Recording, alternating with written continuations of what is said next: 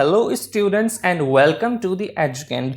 Continue करते हैं maths के क्रैश कोर्स जो आपका सीटेट के लिए है। इसको हम कर रहे हैं चैप्टर वाइज, बाइलिंगुअल कर रहे हैं, यानी English and Hindi both languages में। कंसेप्ट्स को भी हम समझते हैं और उस पर बेस फिर क्वेश्चंस को भी करते हैं। तो without wasting our time let's start our class.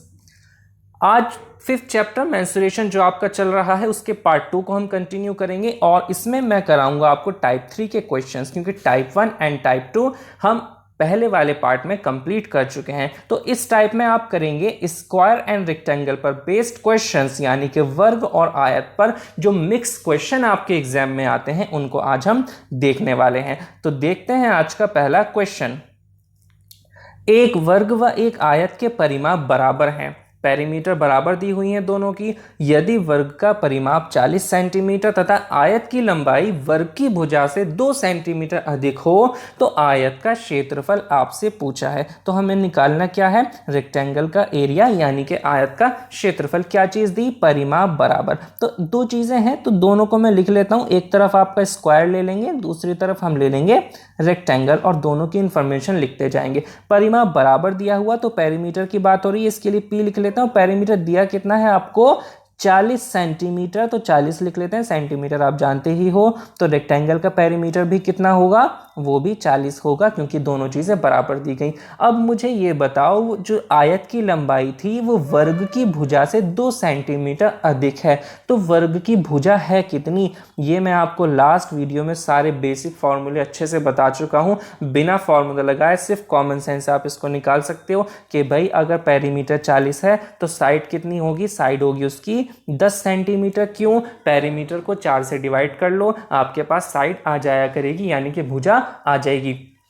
तो अगर परिमाप मेरा 40 था तो 4 से डिवाइड करके मैंने भुजा निकाल दी, जो कि आपका 10 सेंटीमीटर आ गया। अब क्या कहा? इसकी लंबाई वर्ग की भुजा से 2 सेंटीमीटर अधिक है, तो लंबाई को लेंथ बोलेंगे, तो इसकी लेंथ कितनी होगी? 10 से 2 सेंटीमीटर अधिक का मतलब 12। और अगर ये 12 है तो इसकी चौड़ाई कितनी होगी? चौड़ाई निकालनी पड़ेगी। क्यों निकालनी पड़ेगी? कि आयत का क्षेत्रफल पूछा है, और आयत का क्षेत्रफल क्या होता है? एरिया इज इक्वल टू लंबाई गुणा चौड़ाई, यानी कि लेंथ इनटू ब्रेथ। तो लेंथ तो मुझे पता है 12, ठीक है, ब्रेथ नहीं पता, चौड़ाई नहीं पता। तो उसका तरीका भी यहाँ समझ लो। अगर चाहो तो फॉर्मूले से निकाल सकते हो, लेकिन डायरेक्ट निकालना सीखो, बहुत आसान होता है। जो आपका पेरीमीटर दिया हुआ है 40 दिया हुआ, इसका आधा करो। आधा करोगे तो क्या बचेगा? 20। जो आधा आया उसमें से आप लंबाई घटा लो, 20 में से 12 घटाया, कितना बचा? 8। तो इसकी चौड़ाई आपकी 8 हो जाएगी।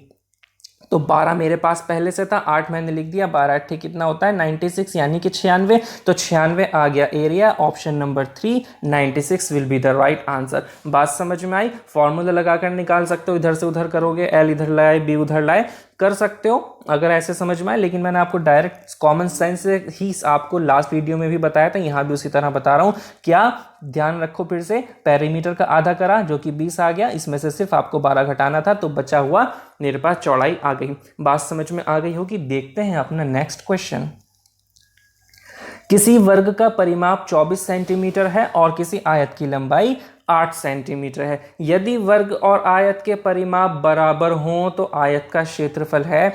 वही चीज आपके लास्ट क्वेश्चन में पूछी गई थी। ये तो उससे भी सिंपल है। क्यों? क्योंकि यहाँ पर तो आपको आयत की लंबाई 8 सेंटीमीटर खुद ही क्वेश्चन ने बता दी। तो इस क्वेश्चन का आंसर आप मुझे बताओगे कमेंट्स में लिखकर, ये आपका काम है। नेक्स्ट क्वेश्चन की तरफ चलते हैं। यदि ग्रिड में एक छोटा वर्ग 4 वर्ग इकाइयों का है तो ग्रिड पर बनाए गए आयत का परिमाप क्या है? ये वया नहीं है, ये क्या है? ठीक है, तो इसमें एक तो आपकी बात हो रही है छोटे वर्ग की, तो छोटा वर्ग मैं यहां पर बना लेता हूं। ठीक है, ये आपका छोटा वर्ग हो गया। अब ग्रिड पर बनाया गया आयत, तो आप अगर इस ग्रिड को देखोगे तो इसके बीच में एक आयत बन रहा है कुछ इस तरह से। फिगर खराब ना हो इस वजह से मैं यहां पर अलग बना ले रहा हूं इसको। ठीक है, इस तरह से एक आयत बनी हुई है। अब ये जो आयत बनी हुई है इसके अंदर उसका परिमाप, उसकी पेरीमीटर पूछी है। परिमाप कब पता लगेगा? जब लंबाई पता हो, जब चौड़ाई पता हो। तो देखो कैसे पता करोगे। एक छोटा वर्ग 4 वर्ग इकाइयों का है, यानी कि एरिया, उसका जो एरिया है ना वो 4 वर्ग इकाइयां हैं। तो अब एरिया इतना है तो साइड कितनी होगी? साइड से एरिया निकालने का फॉर्मूला पता है ना, उस साइड का स्क्वायर कर देते हैं यानी कि भुजा का वर्ग कर देते हैं। तो 4 जो आया हुआ है मेरा ये वर्ग कर कर आया हुआ है, तो इसका वर्गमूल अगर कर दूंगा मैं 4 का तो मेरे पास साइड आ जाएगी 4 का वर्गमूल 2। भाई वैसे ही समझ सकते हो, अगर साइड 2 रही होगी तभी तो एरिया 4 हुआ, 2 दूनी 4, ठीक है। तो मुझे साइड मिल गई कितनी, 2 इकाई, 2 यूनिट्स। तो ये जो साइड है ना मेरी ये 2 इकाई की है, चारों साइड बराबर होती हैं स्क्वायर में तो सब 2 2 की। तो ये जो मेरे पास ग्रिड दी हुई है यहाँ रेक्टेंगल वाली, इसकी साइड में अगर यहाँ पर लिख दूं 2 ये है, 2 ये है, 2 ये है, 2 ये है, ठीक है।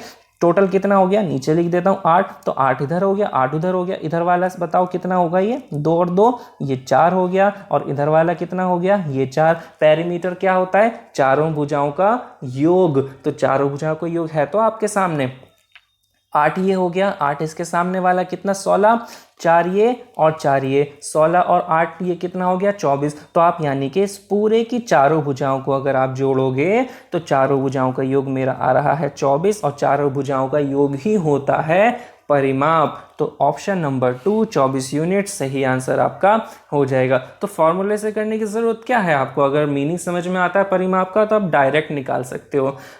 उम्मीद है कि आपको बात समझ में आ गई होगी। नेक्स्ट क्वेश्चन देखते हैं। किसी वर्ग का परिमाप 20 सेंटीमीटर है, एक आयत की चौड़ाई इस वर्ग की चौड़ाई के बराबर है। परिमाप बराबर नहीं है, चौड़ाई बराबर है, और लंबाई इसकी चौड़ाई की दुगुनी है, तो आयत का क्षेत्रफल वर्ग सेंटीमीटर में है। तो देखो कैसे करते हैं वर्ग का परिमाप। तो स्क्वायर की बात की जा रही है, स्क्वायर के बारे में लिख लेते हैं कि इसका परिमाप यानी कि पेरीमीटर 20 सेंटीमीटर। अगर पेरीमीटर 20 सेंटीमीटर है तो साइड की ज़रूरत ज़रूर पड़ेगी। साइड कितना होगा, 4 से डिवाइड कर लोगे तो कितना आएगा 5। आपके पास साइड भी आ गई। अब रेक्टेंगल की बात कर लेते हैं भाई। तो रेक्टेंगल देखो क्या कहा, आयत की चौड़ाई वर्ग की चौड़ाई के बराबर है, यानी कि ब्रेथ की बात की जा रही है। वर्ग की चौड़ाई, वर्ग में तो लंबाई चौड़ाई नहीं होती ना, वर्ग में तो एक ही चीज होती है भुजा, तो वही उसकी चौड़ाई है वही उसकी लंबाई है। तो इसमें कंफ्यूज मत होना कि वर्ग की चौड़ाई कैसे आ गई, उसका चौड़ाई लंबाई भुजा सब एक ही होता है। तो जो उसकी साइड थी ना आपकी 5 सेंटीमीटर, वही आपके आयत की चौड़ाई हो जाएगी, क्योंकि दोनों को बराबर बताया हुआ है। और क्या कहा, लंबाई चौड़ाई की दोगुनी, तो लंबाई कितनी, दोगुनी कर दो, 5 का हो जाएगा आपका 10। बात समझ में आ गई। आयत का क्षेत्रफल 5 की 10 से गुणा करो, फॉर्मूला पता है बार बार नहीं लिखूंगा, 5 की 10 से गुणा करोगे तो 50 आ जाएगा। Option number 2 50 will be the right answer. Is it clear. Next question की तरफ चलते हैं। किसी आयत की लंबाई तथा चौड़ाई क्रमशः 48 और 21 सेंटीमीटर है। क्या कहा आगे, किसी वर्ग की भुजा इस आयत की लंबाई का 2/3 है, तो इनके क्षेत्रफलों का योग है। ठीक है, दो चीज़ों की बात हो रही है, एक तरफ स्क्वायर एक तरफ रेक्टेंगल। ठीक है भाई। अब क्या कहा, आयत की लंबाई चौड़ाई 48 और 21, यानी कि लेंथ तो आप इसको लिख लेंगे 48, और जो इसकी चौड़ाई है ब्रेथ उसको आप लिख लेंगे 21। वर्ग की भुजा आयत की लंबाई का 2/3 है, तो अगर वर्ग की भुजा इस साइड की मैं बात करूं तो लंबाई का 2/3, 48 का आप 2/3 करोगे। अगर कर आपको बताना चाहूं तो आप 2/3 की 48 से गुणा कर लोगे, 3 से आप इसको काटोगे, 16 बार कट जाएगा, 16 दूनी होता है 32, यानी कि 48 का 2/3 आपका 32 आता है, और ये 32 हो जाता है वर्ग की भुजा। तो अब क्या कहा, इनके क्षेत्रफलों का योग है, तो क्षेत्रफल निकालना पड़ेगा। क्षेत्रफल निकालने का फॉर्मूला लंबाई गुणा चौड़ाई, 48 की 21 से गुणा करोगे, 48 की 20 से कर लो, 48 दूनी 96 यानी कि 960 प्लस 48 ये हो जाएगा आपका 1008। तो इसका एरिया ये आ गया। इसका एरिया कैसे निकालोगे, 32 का वर्ग करके, यानी कि साइड की साइड से गुणा कर लोगे, 32 की 32 से गुणा करोगे तो ये होता है आपका 1024। 32 का वर्ग तो आपको याद होना चाहिए। तो आपसे क्या कहा था, योग पूछा था दोनों के क्षेत्रफलों का, तो 1024 और 1008 अगर मैं जोड़ूंगा तो ये हो जाएगा 2032। तो 2032 जो कि ऑप्शन नंबर 4 है आपका, ये हो जाता है सही आंसर। बात समझ में आ गई होगी। नेक्स्ट क्वेश्चन देखते हैं।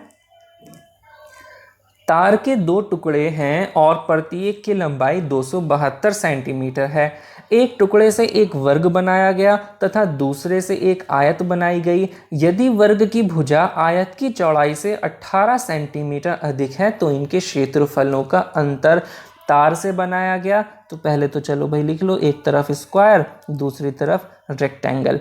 इनकी पेरीमीटर यानी कि परिमाप जब भी किसी तार से, चाहे रेक्टेंगल बनाओ चाहे वर्ग बनाओ, कोई चीज़ बनाओगे तो उसका परिमाप उस तार की लंबाई के बराबर होगा, या वो तार की लंबाई ही उसका परिमाप होती है, ये बात आप जानते हो। ठीक है, तो परिमाप कितना होगा दोनों का 272, क्योंकि 272 वाले जो तार था ना आपका, उसी से ये दोनों को बनाया गया है।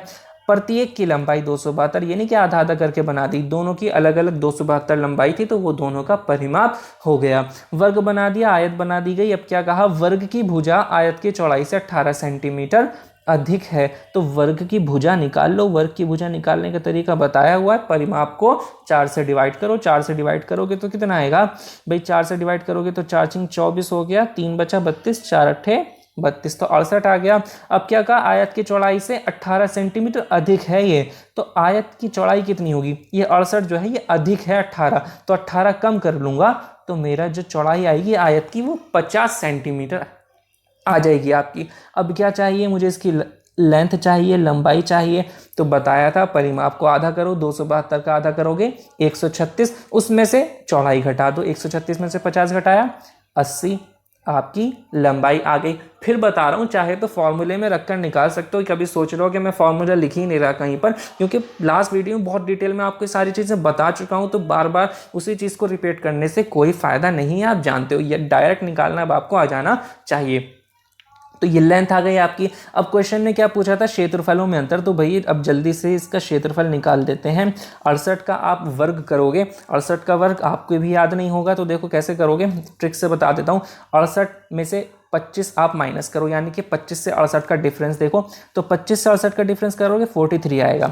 एक बार 25 से डिफरेंस किया, एक बार आप 50 से डिफरेंस किया करो। 68 और 50 में डिफरेंस 18 का। जब 50 से डिफरेंस करो तो उसको लिखने के बजाय उसका वर्ग लिख दिया करो। 18 का जो डिफरेंस आया, 18 का वर्ग 324 होता है, बस इन दोनों को जोड़ लो, तो 43 3 46 24, ये आ जाएगा आपका 68 का वर्ग। तो ये ट्रिक है, डिटेल में भी और पिछली वीडियोस में बताई हुई है, वहां देख सकते हो। तो फिलहाल एरिया आ गया मेरा 46 24। इसका एरिया अगर मैं निकालूंगा रेक्टेंगल का, 50 की 86 से गुणा करके, भाई 86 की 50 से गुणा करोगे, इसके बजाय 86 का आधा करा 43, 43 की 100 से गुणा कर लो, 43 की 100 से करोगे यही आ जाएगा। बात समझ में आ गई, अंतर निकालना है, दोनों को माइनस करा, 46 24 में से 43 100 माइनस करोगे तो बचेगा 324, यानी कि ऑप्शन नंबर 4 सही आंसर।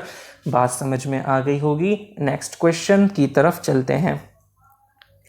एक वर्ग का परिमाप 44 सेंटीमीटर, आयत का परिमाप उसके बराबर, आयत की लंबाई इतनी अधिक, दोनों के क्षेत्रफलों का योग। इस तरह का क्वेश्चन हम पहले भी कर चुके हैं, तो इस क्वेश्चन को कौन करेगा, इस क्वेश्चन को आप करेंगे। तो चलते हैं नेक्स्ट क्वेश्चन की तरफ, लेकिन आप करेंगे तो मुझे जो आंसर होगा वो कमेंट्स में ज़रूर बता देंगे। तो देखते हैं नेक्स्ट क्वेश्चन। एक आयत और एक वर्ग के परिमाप बराबर हैं। वर्ग का परिमाप 96 सेंटीमीटर है और आयत की चौड़ाई वर्ग की भुजा से 4 सेंटीमीटर कम है, तब आयत के क्षेत्रफल का दोगुना किसके बराबर है। अब कहोगे सारे मुझे ही, हमें ही दे रहे हैं सर, तो ये वाला क्वेश्चन मैं ही करा देता हूँ जल्दी से।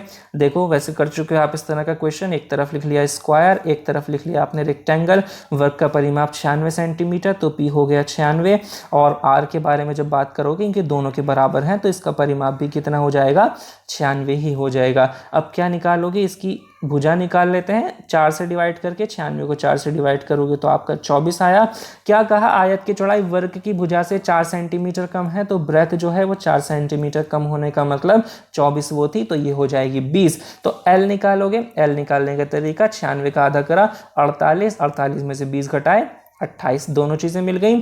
तो आयत का क्षेत्रफल का दोगुना, आयत का क्षेत्रफल निकाल लो पहले। एरिया कितना होगा, 28 दूनी होता है आपका 56, तो 560 हो गया। मुझे दुगना करना था तो 560 की 2 से गुणा कर दूंगा, 56 की 2 से गुणा करी कितना 112 आएगा, 0 का 0, तो 1120, ऑप्शन नंबर 4 सही आंसर हो जाता है।